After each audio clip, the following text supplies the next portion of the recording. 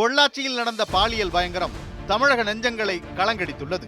அந்த பெண்ணின் கதறல் குரலை கேட்கும் போதெல்லாம் நம் வீட்டு பெண்ணுக்கு அந்த கொடூரம் நடந்தது போல நம்மை அறியாமலேயே கண்கள் கலங்குகின்றன. இந்த பயங்கரத்தை அரங்கேற்றிய குற்றவாளிகளுக்கு என்ன தண்டனை கொடுத்தாலும் போதாது என்கிற குரல் தமிழகமெங்கும் ஒலித்துக் கொண்டிருக்கிறது. இந்த நிலையில் கிட்டத்தட்ட 37 ஆண்டுகளுக்கு முன்பு இதேபோல் பாலியல் கொடூரங்களால் பாதிக்கப்பட்ட பூலான் தேவி தனக்கான நீதியை அவரே தேடிக்கொண்டார். 1980களின் ஆரம்பத்தில் உத்தரப்பிரதேசத்தில் உள்ள பேமாய் என்கிற கிராமத்தைச் சேர்ந்த கொள்ளைக்கார கும்பலால் கடத்தப்படுகிறார் 18 வயதான பூலான் தேவி. கொள்ளைக்கார கும்பல் தலைவர்களான லாலாராம், ஸ்ரீராம் சிங் தாகூர் ஆகியோரால் பாலியல் வன்புணர்வு செய்யப்படுகிறார். அத்துடன் நிற்கவில்லை அந்த தாக்கூர்கள். ஊரில் இருக்கும் தாக்கூர் சமூகத்தைச் சேர்ந்த பலருக்கு பூலான் தேவியை விருந்தாக்கினர். கூட்டு பாலியல் வன்கொடுமைக்கு உள்ளாக்கப்பட்டார் பூலான் தேவி. நாட்கள் நகர்ந்தன. பூலான் தேவி மீது கட்டவிழ்க்கப்பட்ட கொடூரங்கள் நிற்கவே இல்லை. அடி உதை என காட்டுமிராண்டித்தனமாக நடத்தப்பட்டார் பூலான் தேவி. அவர் உடுத்தியிருந்த உடையை கிழித்தெறிந்து விட்டு நிர்வாணமாக வேலை செய்ய வைத்தனர் தாக்கூர்கள். அவருக்கு நிகழ்ந்த கொடுமையை ஊரில் உள்ள எவருமே தட்டி கேட்கவில்லை, தடுக்க கூட முயற்சிக்கவில்லை. அனைவருமே வேடிக்கை பார்த்தனர். எந்த பெண்ணும் அனுபவிக்க கூடாத கொடூரங்களை அனுபவித்தார் பூலான் தேவி. அவரது உயிரை மட்டுமே விட்டு வைத்திருந்தனர் தாக்கூர்கள். தன்னிடம் தவறாக நடந்து கொண்டவர்கள் எத்தனை பேர் என்பதை கூட அவரால் கணக்கு வைத்துக் கொள்ள முடியவில்லை. ஆனால் எத்தனை முறை தன் உடலை தாக்கூர்கள் பங்கு போட்டார்கள் என்பதை எண்ணி வைத்திருந்தார். அது 24 முறை. தப்பிக்க சக்தி இல்லை பூலானிடம் என்று தாக்கூர்கள் எண்ணி அசந்த போது உயிரை மட்டும் பிடித்துக் கொண்டு தப்பினார் பூலான் தேவி. சில மாதங்கள் தலைமறைவாக இருந்தார். தன்னுடைய மனதையும் உடலையும் வலிமைப்படுத்திக் கொண்டார். அதனையடுத்து தன்னை கொடுமைப்படுத்திய தாக்கூர்களின் பேமாய் கிராமத்திற்கு திரும்பினார் பூலான் தேவி. ஆனால் இப்போது கொள்ளை கூட்டத்தின் ராணியாக தன்னை பாலியல் வன்கொடுமைக்கு உள்ளாக்கி மரணத்தின் விளிம்பிற்கே அழைத்துச் சென்ற லாலாராம், ஸ்ரீராம் தாக்கூரை தேடினார். ஆனால் அவர்கள் சிக்கவில்லை. தனக்கு நேர்ந்த கொடூரத்தை வேடிக்கை பார்த்த தாக்கூர்களை ஊருக்கு நடுவே அழைத்து வரச் செய்தார் பூலான். அவர்களில் சிலர் பூலானிடம் தவறாக நடந்து கொண்டவர்கள். ஆனால் அவர்களின் முகங்களை வைத்து பூலானால் அடையாளம் காண முடியவில்லை. பின்னர் 22 பேரை வரிசையாக நிற்க வைத்தார். அனைவரும் தாக்கூர்கள் என்பதை உறுதி செய்தார். எந்தவித தயவு தாட்சணையுமின்றி 22 பேரையும் சுட்டுக் கொன்றார். ஒரே நாளில் பூலான் தேவியின் பெயர் நாடு முழுவதும் பேசப்பட்டது. சுதந்திர இந்தியாவில் ஒரே சமயத்தில் 20க்கும் மேலானோர் கொடூரமாக கொல்லப்பட்டதில்லை. அதுவும் ஒரு 18 வயதே நிரம்பிய பெண்ணால். பிற்படுத்தப்பட்ட வகுப்பைச் சேர்ந்த ஒரு பெண் உயர் வகுப்பைச் சேர்ந்த 22 பேரை கொன்ற வரலாறு அன்று பதியப்பட்டது. உத்தரப்பிரதேசத்தை சுற்றி கிட்டத்தட்ட 50 கொள்ளைக்கார கும்பல்கள் அப்போது இயங்கி வந்தன. அவர்களில் கைது செய்யப்பட வேண்டியவர்கள் என போலீசார் வைத்திருந்த பட்டியலில் ஒரே நாளில் முதலிடத்திற்கு முன்னேறினார் பூலான் தேவி. அவரை பற்றி தகவல் கொடுப்பவருக்கு 10,000 ரூபாய் சன்மானம் அறிவிக்கப்பட்டது. தன்னிடம் தவறாக நடந்து கொண்டவர்களை பூலான் தேவி கொன்றுள்ளார் என்ற செய்தி சர்வதேச ஊடகங்களிலும் வெளியாகின. இந்தியாவின் பெண் ராபின்ஹுட், த பேண்டிட் குயின், கொள்ளைக்கார ராணி என ஊடகங்கள் அவருக்கு பெயர் சூட்டி கொண்டாடின. சுதந்திரம் அடைந்து இன்னும் வளர்ச்சி பெறாத மாநிலங்களில் ஒன்று உத்தரப்பிரதேசம். அதில் மிகவும் பின்தங்கிய பகுதிகளில் ஒன்று கோர்கா பூர்வா. அப்பகுதியில் படகோட்டி பணி செய்பவர்களை மல்லா வகுப்பினர் என்று பிரிக்கப்பட்டுள்ளனர். பிற்படுத்தப்பட்ட வகுப்பான மல்லா வகுப்பில் 1963ஆம் ஆண்டு பிறந்தார் பூலான் தேவி. 4 சகோதரிகள், ஒரு சகோதரன் கொண்ட பூலான் அவரது பெற்றோர் தேவிதின் மற்றும் மூலாவிற்கு பிறந்த 2வது பெண் குழந்தை. திருமணத்தின் போது வரதட்சணை கொடுக்க வேண்டும் என்ற காரணத்திற்காக பெண் குழந்தைகளை அறவே வெறுத்தார் பூலான் தேவியின் தந்தை தேவிதின்.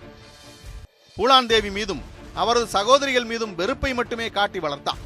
வீட்டு வேலைகளை செய்ய தவறினாலும் தாமதமாக செய்தாலும் அடி உதைகளை பரிசாக கொடுத்தார். அந்த பகுதியில் உள்ள பெண் குழந்தைகளைப் போல் பூலான் தேவியும் பள்ளிக்கு செல்லவில்லை.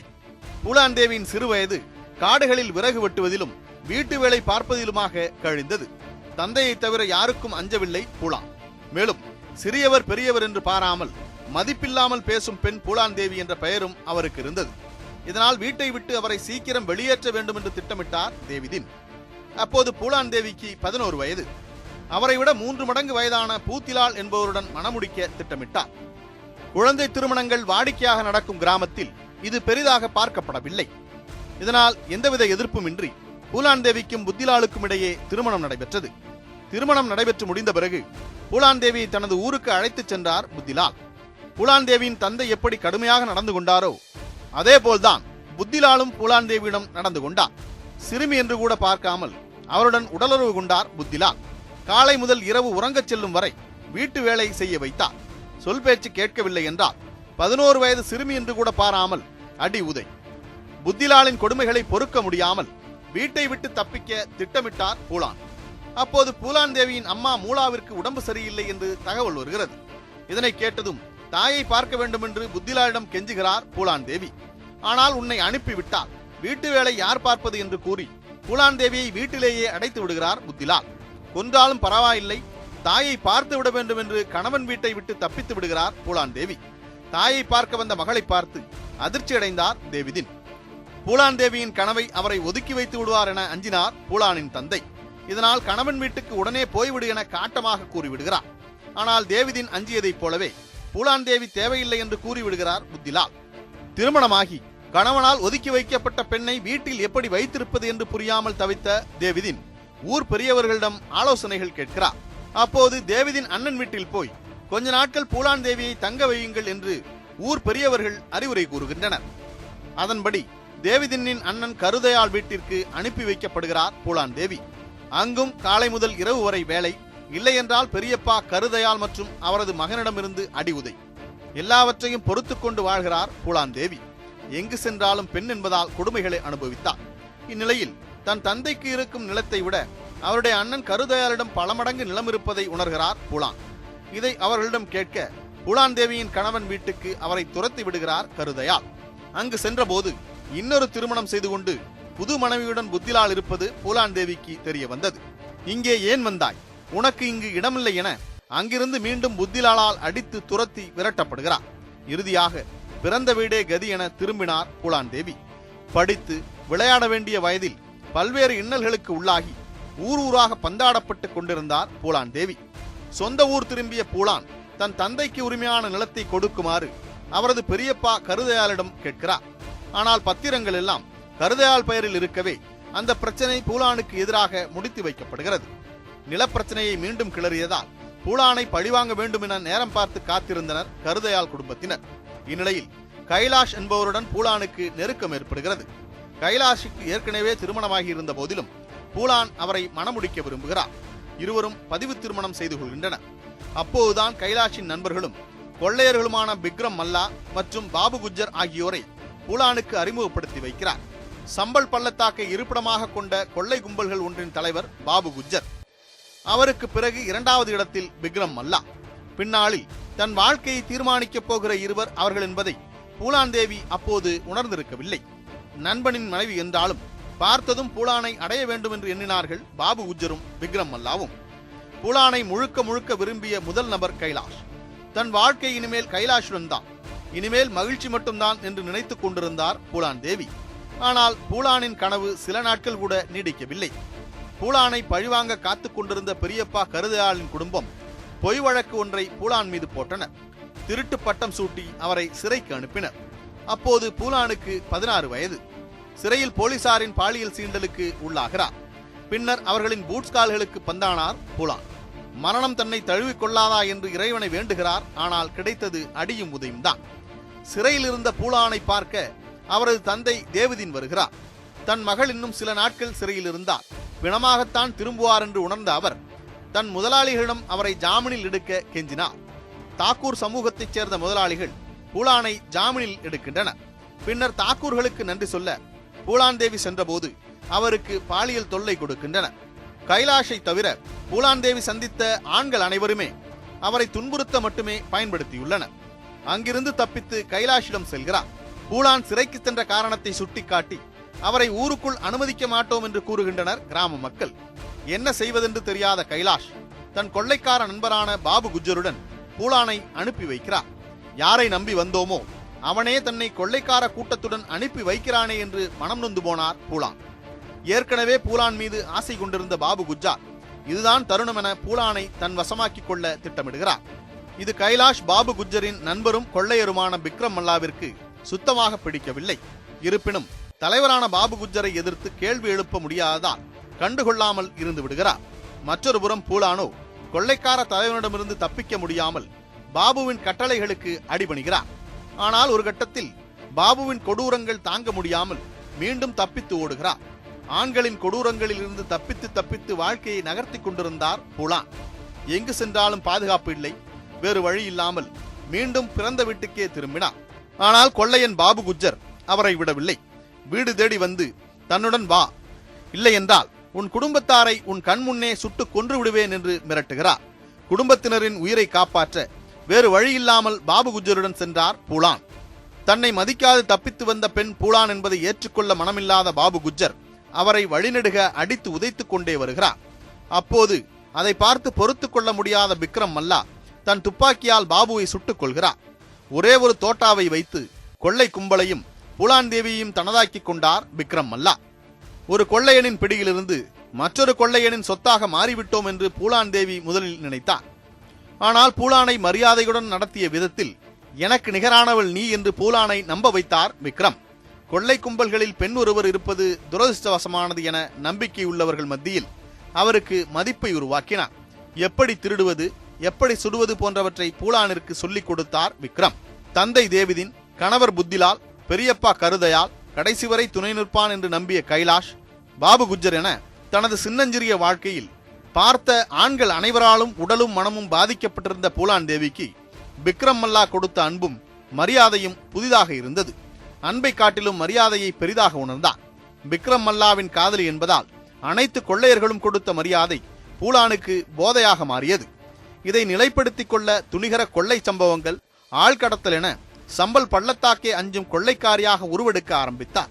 இந்நிலையில் பிற்படுத்தப்பட்ட மல்லா சமூகத்தைச் சேர்ந்த விக்ரம் கொள்ளைக்கார கும்பல் தலைவனாக வளர்ந்திருப்பது தாக்கூர் சமூகத்தைச் சேர்ந்த கொள்ளைக்காரர்களால் ஏற்றுக்கொள்ள முடியவில்லை. குறிப்பாக லாலாராம், ஸ்ரீராம் தாக்கூர் ஆகியோர் எப்படியாவது விக்ரம் மல்லாவை கொலை செய்ய வேண்டும் என்று துடிதுடித்தனர். அத்துடன் பிற்படுத்தப்பட்ட சமூகத்தைச் சேர்ந்த பெண்ணான பூலான் தேவி துப்பாக்கியுடன் வலம் வருவது அவர்களுக்கு மேலும் எரிச்சலூட்டும் விதமாக அமைந்தது.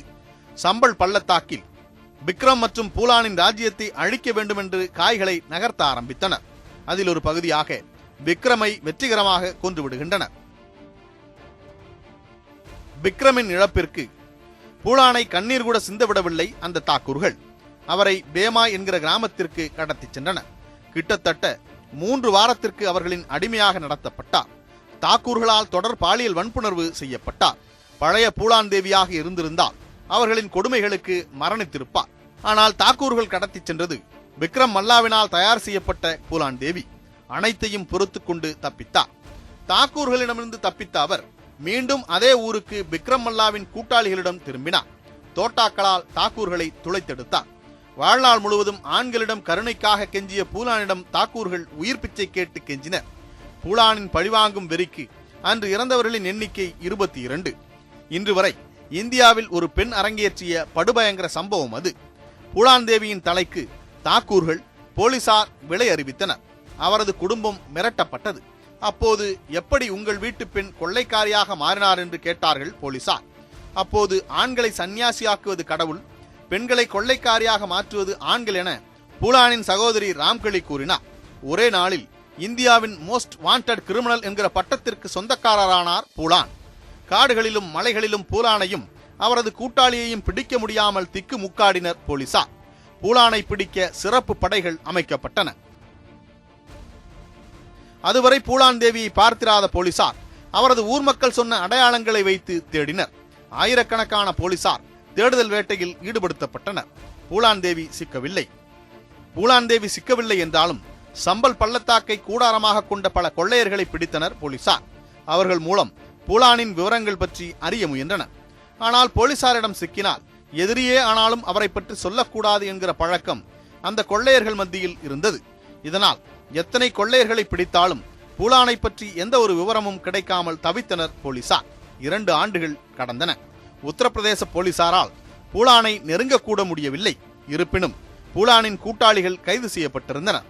பலர் கொல்லப்பட்டிருந்தனர். நிலையான ஒரு இடமில்லாமல் தொடர்ந்து ஓடிக்கொண்டிருப்பது பூலானுக்கு பிடிக்கவில்லை. அத்துடன் போலீசாரை போல் தாக்கூர் பிரிவை சேர்ந்த கொள்ளைக்காரர்களும் பேமாய் படுகொலைகளுக்காக பூலானை பழிதீர்க்க முயற்சித்து வந்தனர். இந்நிலையில் உத்தரப்பிரதேசத்தின் அண்டை மாநிலமான மத்திய பிரதேசத்திலும் கொள்ளை குற்றத்திற்காக பூலானை வலைவீசி தேடி வந்தனர். ஆனால் அவரை உயிருடன் பிடிக்க வேண்டும் என்பதில் மத்திய பிரதேச போலீசார் உறுதியாக இருந்தனர். குறிப்பாக அம்மாநிலத்தைச் சேர்ந்த காவல் ஆய்வாளர் சத்ரவேதி பூலானை சரணடைய வைப்பதற்கு முயற்சித்து வந்தார். இதன் பின்னணியில் அப்போதைய பிரதமர் இந்திரா காந்தி இருந்ததாக கூறப்பட்டது. பூலான் தேவியை கொல்லவும் முடியவில்லை, பிடிக்கவும் முடியவில்லை. குறைந்தது அவரை சரணடையவாது செய்யுங்கள் என்று அவர் உத்தரவிட்டதாக கூறப்படுகிறது. முதலில் பூலான் தேவி சரணடைய மறுத்தாலும் குடும்பத்தின் பாதுகாப்பு, தூக்கு தண்டனை இல்லாமல் சிறை தண்டனை மட்டுமே என மத்திய பிரதேச அரசு கொடுத்த வாக்குறுதிகள் பூலானுக்கு பிடித்திருந்தது. சொல்லப்போனால் கொலை செய்ய துடிக்கும் உத்தரப்பிரதேச போலீசார் தாக்கூர் கொள்ளைக்காரர்களிடமிருந்து தப்பிப்பதற்கு பூலானுக்கும் வேறு வழி இல்லை. 1983ஆம் ஆண்டு பிப்ரவரி மாதம் சம்பல் நதிக்கரையில் அப்போதைய மத்திய பிரதேச முதலமைச்சர் அர்ஜுன் சிங் முன்னிலையில் சரணடைந்தார் பூலான் தேவி. அப்போது அங்கிருந்த காந்தி மற்றும் துர்கா தேவியின் படங்களை கும்பிட்டு அவர் சரணடைந்தார். அவரை காண 8000க்கும் மேலானோர் குவிந்திருந்தனர். அந்த இடமே திருவிழா கோலம் பூண்டிருந்தது. அங்கு கூடியிருந்தவர்கள் அனைவரும் முதன்முறையாக பூலானை நேரில் பார்க்கின்றனர். கொள்ளை என மிரட்டிய 20 வயது பெண் எந்த சலனமுமின்றி காக்கி உடை, சிகப்பு கம்பளி போர்த்தி கொண்டு சரணடையும் மேடைக்கு வந்தார். அத்துடன் அவரது துப்பாக்கியும் தோட்டாக்களும் உடன் வந்தன. காக்கி உடையில்தான் சரணடைவேன் என அடம் பிடித்தார் பூலான் தேவி என பின்னாளில் காவல் ஆய்வாளர் சதுர்வேதி பேட்டி அளித்துள்ளார். உள்ளூர் வெளிநாட்டு பத்திரிகைகள் அவரது முதல் வார்த்தைக்காக காத்திருந்தன. 22 பேரை எந்தவித தயக்கமுமின்றி கொன்றவர் தனது கும்பலுடன் சரணடைந்தார். பூலான் தேவி மேல் 26 ஆழ்கடத்தல், 22 கொலை வழக்குகள் போடப்பட்டிருந்தன. பாலியல் வன்புணர்வு செய்தவர்களை கொன்ற பூலான் தேவியை பலர் பெண் கடவுளாக பார்த்தனர். சட்டம் மட்டுமே அவரை கொலைகாரியாக பார்த்தது என்று பேசப்பட்டது. 1993ஆம் ஆண்டு உத்தரப்பிரதேசத்தில் நடந்த சட்டமன்ற தேர்தலில் முலாயம் சிங் தலைமையிலான சமாஜ்வாதி கட்சி பகுஜன் சமாஜ்வாதி கட்சியுடன் கூட்டணி அமைத்து ஆட்சி பீடத்தில் அமர்ந்தது. பிற்படுத்தப்பட்ட சமூகத்தினரின் வாக்கு வங்கியால் ஆட்சியை பிடித்த முலாயம் சிங் யாதவின் அரசு பூலான் தேவியை விடுதலை செய்வதற்கான முயற்சிகளை எடுத்தது.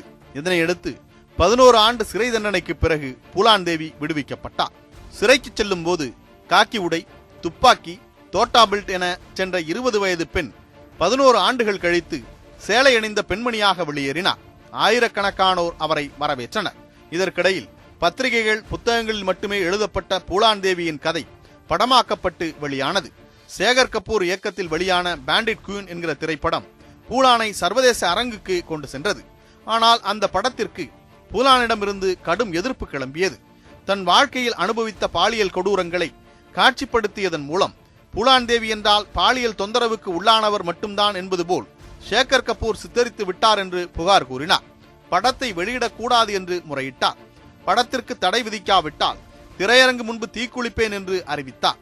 ஆனால் தயாரிப்பாளர் தரப்பிலிருந்து கணிசமான நஷ்ட ஈடு வழங்கிய பிறகு பட வெளியீட்டிற்கு ஒப்புக்கொண்டார் என்று கூறப்படுகிறது. சிறையிலிருந்து வெளியான அடுத்த ஆண்டு தமிழகத்திலிருந்து பாட்டாளி மக்கள் கட்சியிடமிருந்து அவருக்கு அழைப்பு ஒன்று வந்தது. சென்னையில் டாக்டர் ராமதாஸ் தலைமையில் நடைபெற்ற மது, ஆபாச ஒழிப்பு மற்றும் மகளிர் இயக்க மாநாட்டில் பூலான் தேவி பங்கேற்றார். விடுதலைக்கு பிறகு அவர் கலந்து கொண்ட சமூக அரசியல் நிகழ்வுகளில் இது முக்கியமானது. சமாஜ்வாதி கட்சியுடன் பின்னாளில் அவர் அரசியலில் களமிறங்கினாலும் அவரது அரசியல் பயணம் தொடங்கியது தமிழகத்தில்தான். சிறையில் இருந்தபோது அம்பேத்கரின் கருத்துக்களால் ஈர்க்கப்பட்டார் பூலான் தேவி. அம்பேத்கர் புத்த மதத்திற்கு மாறிய சம்பவம் பூலானிடம் பெரிய தாக்கத்தை ஏற்படுத்தி இருந்தது. அவரை போல் 1995ஆம் ஆண்டு தீக்ஷ பூமியில் புத்த மதத்திற்கு மாறினார் பூலான் தேவி. அவர் விடுதலையானதும் அரசியலில் களமிறங்க உள்ளார் என செய்திகள் வெளியாகின. அதை உறுதிப்படுத்தும் விதமாக சமாஜ்வாதி கட்சியில் 1996ஆம் ஆண்டு இணைந்தார். கொள்ளைக்கார ராணியிலிருந்து அரசியல்வாதியாக தனது 2வது இன்னிங்ஸை தொடங்கினார். அதே ஆண்டு நடந்த நாடாளுமன்ற தேர்தலில் உத்தரப்பிரதேசத்தின் மிர்சாப்பூர் தொகுதியில் போட்டியிட்டு எம்பியாக பதவியேற்றார். எந்த மாநிலம் அவரது தலைக்கு சன்மானம் அறிவித்து அவரை விரட்டி தேடியதோ அதே மாநிலத்தின் எம்பியாக டெல்லிக்கு சென்றார் பூலான். காடுகளில் அலைந்து திரிந்த பேண்டிட் குயின் நாடாளுமன்ற இருக்கையை அலங்கரித்தார். அடுத்ததாக 1998இல் நடந்த நாடாளுமன்ற தேர்தலில் தோல்வியுற்றார். எனினும் சுதாரித்துக் கொண்டு 1999ஆம் ஆண்டு நாடாளுமன்ற தேர்தலில் வெற்றி பெற்றார். உத்தரப்பிரதேசத்தில் உள்ள பிற்படுத்தப்பட்ட மக்கள் பூலான் தேவியை கொண்டாடினர். விடுதலை ஆனதிலிருந்து பூலான் தேவியின் உயிருக்கு ஆபத்து இருப்பதாக செய்திகள் வெளியான வண்ணம் இருந்தன.